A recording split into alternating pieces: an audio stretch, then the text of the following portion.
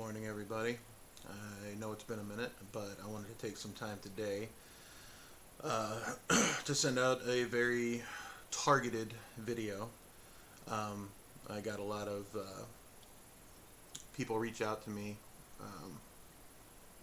earlier today and at the end of last night after hearing about the tragedy with a Northridge High School junior who passed away in a car crash on Saturday night. And for those that have already asked and those that reached out, no, I did not know. I did not know this student. I didn't get an opportunity to work with him. He came right in as I was leaving. So, but I wanted to offer my deepest sympathies and condolences to the family. There aren't words. There's not. I've been doing this, over a decade now, and there are never words. And I can tell you from when I lost one of my friends who was a junior when I was in high school to a car crash to the tragedy with Gabe Bowers and now another one, it doesn't get easier. It's not anything you get used to. And it shouldn't obviously be anything you get used to, hopefully. So, I'm sorry. And for all of you who did know the student and who are grieving right now, I'm so sorry for you as well. Again, there aren't many words that are offered to help in times like this because it affects everyone relatively the same. It's shocking, it's traumatic, it's grief-inducing.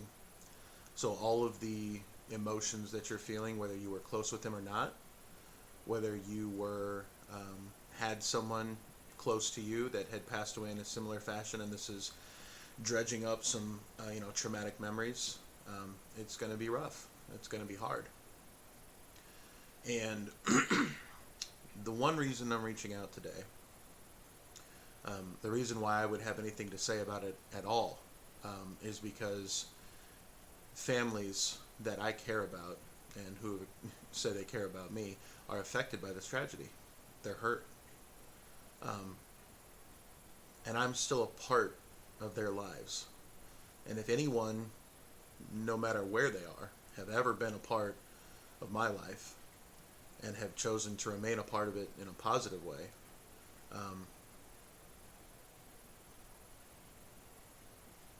it's just hard. So I wanted to just say a couple things, that being the first and most important. Secondly, there is a part of me that read the statement that Middlebury Communities sent out, which is very brief, very generic, and I'm not going to rag on them this time. There's not a lot you can say, but I will share with you a story from my truth, my experience. And this story, it's one I'm a part of, but it's not mine. It's a story of a junior that had passed in a car crash while I was working at Middlebury Community Schools. And Middlebury Community Schools has a way of putting out their politically correct statements, hoping to assuage the fears and doubts of their community. And so when they say something like, "We are all grief-stricken by this tragedy, and Middlebury Community Schools will make sure that there are additional mental health professionals available for students and staff affected by this tragedy." That's generally their go-to.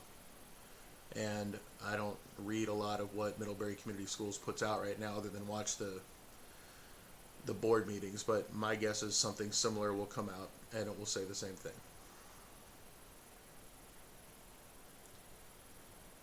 And I only have one fear, and it's the same fear that I had. This fear goes beyond my own personal truth because it reaches one of my former graduates' personal truth. And she's shared her own stories, through social media and through,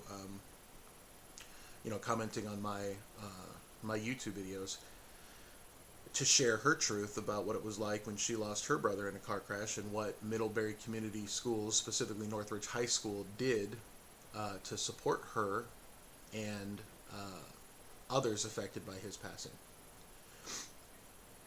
And these aren't my words. This is not my truth. This is a truth that was shared with me.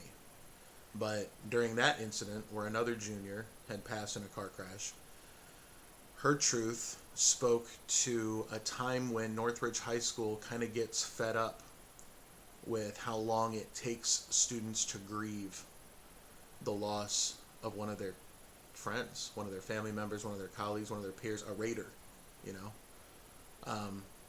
And I lived it with her.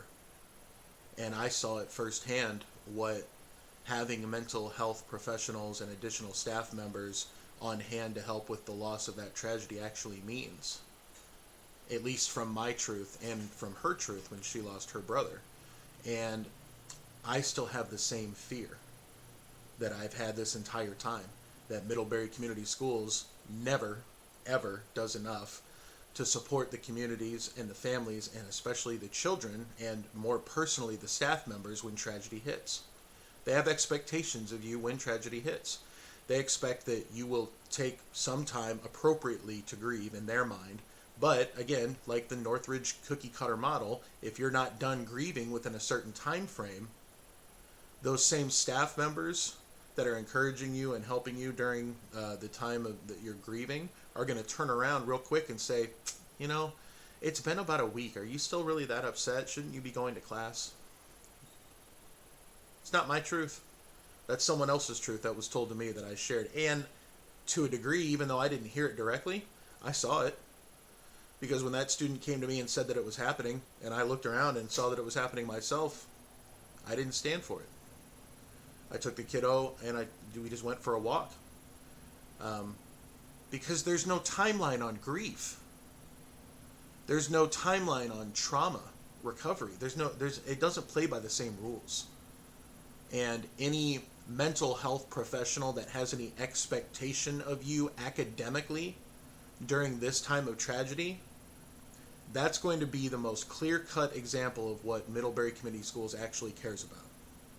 So this message goes directly out to the students currently at Northridge High School and the staff members of Northridge High School.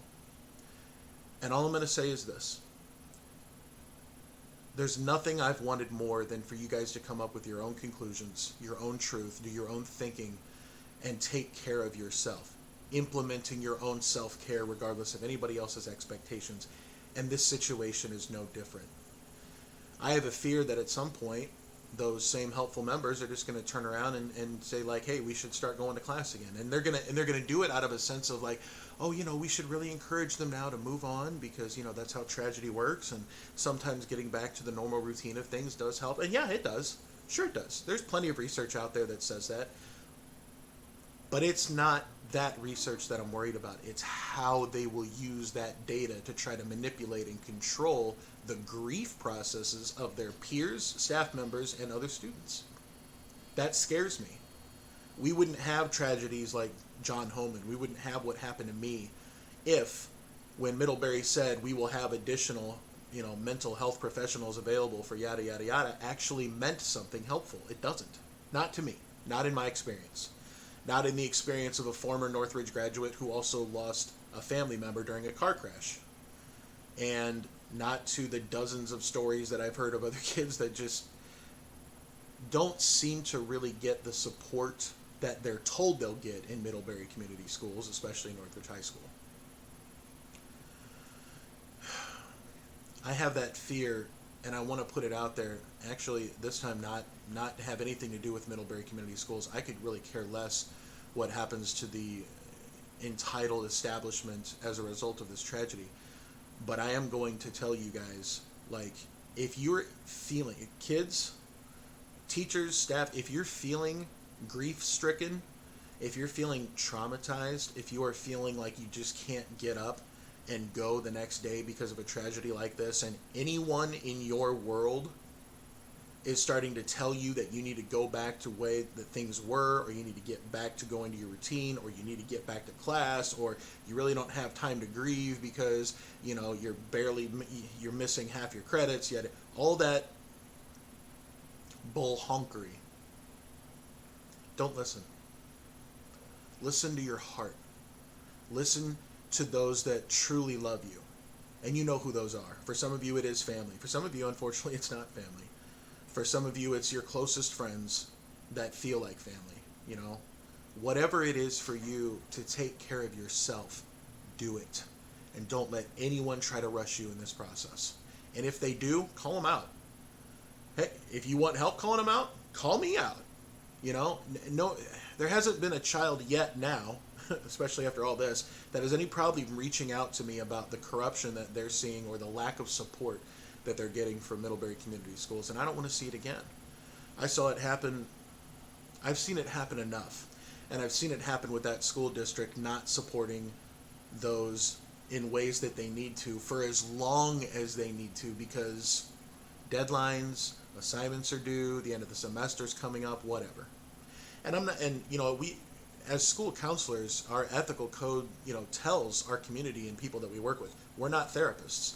We cannot do grief counseling in a therapeutic sense with kids that have experienced a loss. We can't do the 50 minutes, once a week with soap notes and everything, because we have over 400 sometimes kiddos. It's not in our license to do. However, that doesn't mean that some of us haven't chosen professionally to get training in grief counseling, in trauma recovery, and some of us have experienced ourselves in order to just, gotten a little bit better. So we can help. For sure, that's what we're there for. But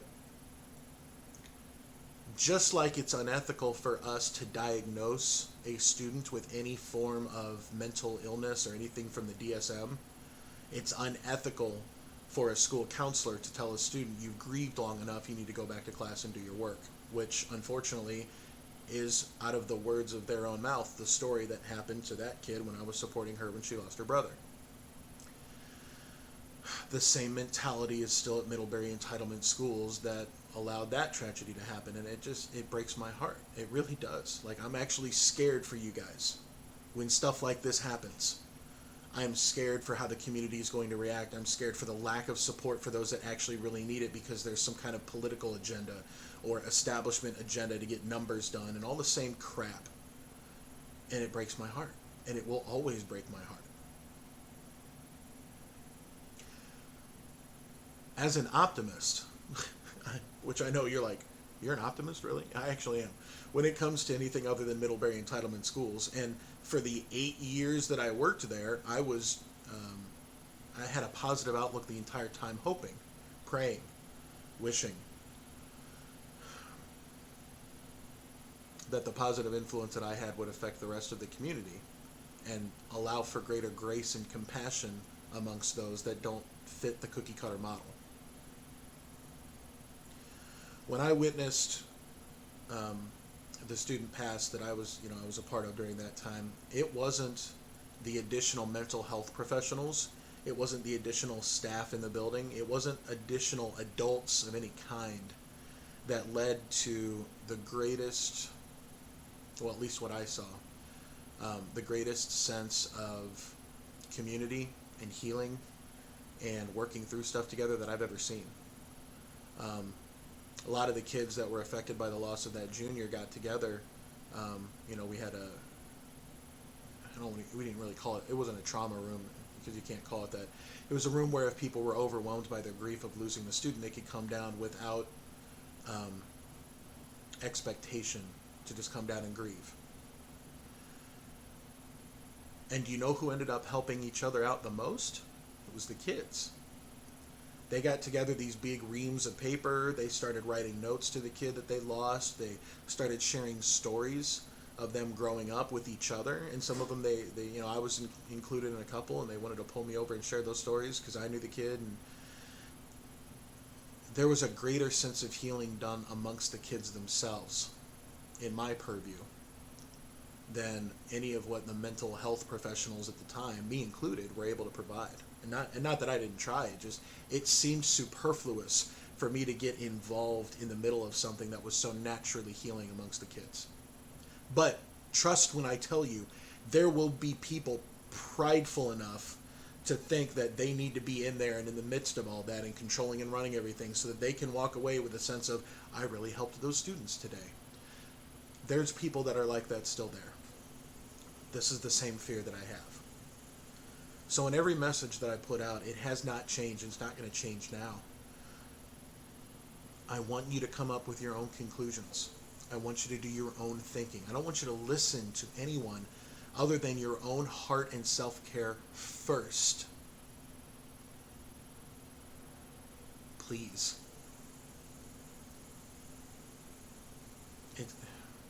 On a personal note, it's hard for me to hear a story like this and be so far away and not being able to do anything.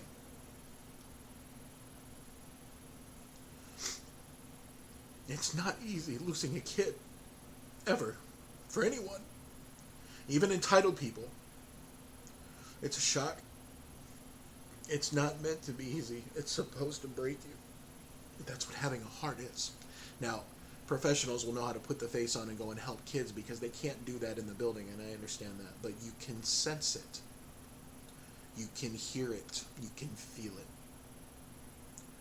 When they're done caring about you and start caring more about the school again, you'll feel it. It'll come out in their speech. It'll come out in their mannerisms. There'll be less grace. There'll be less compassion. There'll be more encouragement to go back to class and do things normally. It makes me sick. It's good that you get to that point at some point during the loss, but not until the student is ready, not for the school to be ready. And that's been the biggest problem with Middlebury entitlement schools the entire time that I've been there. And it scares me that there are kids that are going to be in these buildings, that are going to be at Northridge next week, and because of someone else's selfish agenda, they may feel like they can't grieve the loss of this child. And I wouldn't say that if it didn't already happen to other children who said that happened to them. And the same poison that was toxic to that student and to me is still there today. So my heart really does go out to you guys. And I'll be completely honest, if you need to talk to someone, more than what your school counseling or mental health professionals from Northridge High School will provide, reach out to me. I've got no problem going live one day and having people come on and just share stories. It's the same thing that happened in the trauma, in the room that, we created when we lost that other student. It was a place where there were no expectations. You came with your stories, you came with your grief, you came with your sadness, and you just sat and talked, or sat in silence, or sat and cried. It didn't matter. However was appropriate for you to grieve was allowed and accepted. And so if something like that needs to happen because Northridge High School isn't doing their job in order to allow that to happen, I'll do it. Bet, as the kids like to say. I used to be an optimist when it came to Northridge High School, but now, there was a part of me that wanted to say, I really, really hope that this is a different time, and, maybe that there would be, we wouldn't have to worry about this, and that everything would be present and accounted for to help with, the mental health of the kids next week, but I don't have that optimism. I don't have that hope. I don't see it there from the current staff members that are there. The current staff members of Northridge High School's counseling team care more about CTE funding and the 30R report that they send down to the state on how to get paid than they ever care about how long it takes an individual child to grieve a loss of one of their colleagues or peers or classmates. That's my truth. That's what I observed. Come at me if you want to challenge it, because that's what I saw. You can see something different. You're allowed to have a different perspective. I encourage you to. I encourage everybody to have their own truth, but you don't get to deny mine. And that was mine. And it's reinforced by the stories that I keep hearing from the kids and families of that community. So my fear is genuine and it's valid. And I don't want anything else from this message other than for students and staff that are grieving next week and going on, I just want you to know one thing. The whole point of this is your self-care is important, and it's a priority over everything else. If you have children, if you have a family, then it's a priority among everyone else in your family. It's not ever me first, and it's never me last. It's always me also. And sometimes we're not afforded the time to take care of ourselves in the way that we need to because of other family obligations, and that's life. But you should never, ever, ever have to stop grieving or expedite your grieving because a school is ready for you to go back to class and start doing homework again. That's the mic drop moment. And if you feel that way, students, staff, next week, that your teachers or that your administrators are encouraging you beyond what your own self-care allows, and you're smart people, when you're being able to take care of yourself and when you're not.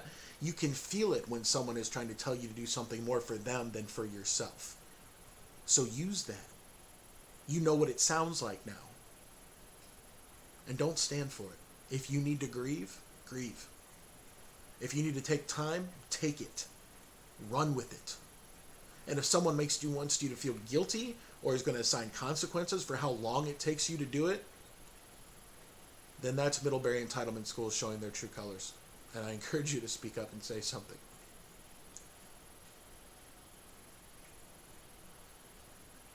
I'm sorry, Middlebury community, for your loss. It's felt even states away. And it's never easy. But I love all of you. Even those that hate me and ban me and put a trespass on me, I love them too. They're still the same broken humans that I worked with back then when I was trying to help, and they're the same selfish type of people that they are now. You don't get to choose whom to love if you're going to love everyone unconditionally. It makes it hard, but that doesn't make it any less necessary. Kids, staff members, if you feel like you're not getting what you need in order to grieve what you need to grieve and take the time, say something. Take the time anyway. Don't be afraid of the consequences. Honestly, Middlebury schools can't afford to lose you guys anymore. There's such a teacher shortage and people are running away from Northridge High School specifically in droves that you're kind of untouchable right now. You're valued. They won't tell you that. I'll tell you that.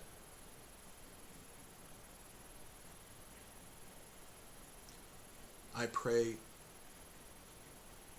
that the loss that is experienced by the community gets the time that it needs to be processed through healthily. It's my only wish. And I pray that anyone else that would try to get involved in the middle of that for their own self-interest, well, I pray that those people are humbled and brought low real quick. Kind of like how the school board's been lately. So, I didn't intend for this message to actually be an episode, but as it's getting close to that part, I want to end it by saying this. I already know that there are some people that are going to hear this message and they're going to try to put some kind of twist on it, like, oh, I can't believe Malahan would, take the tragic death of a student and use it for his own message and blah, blah, blah, blah, blah.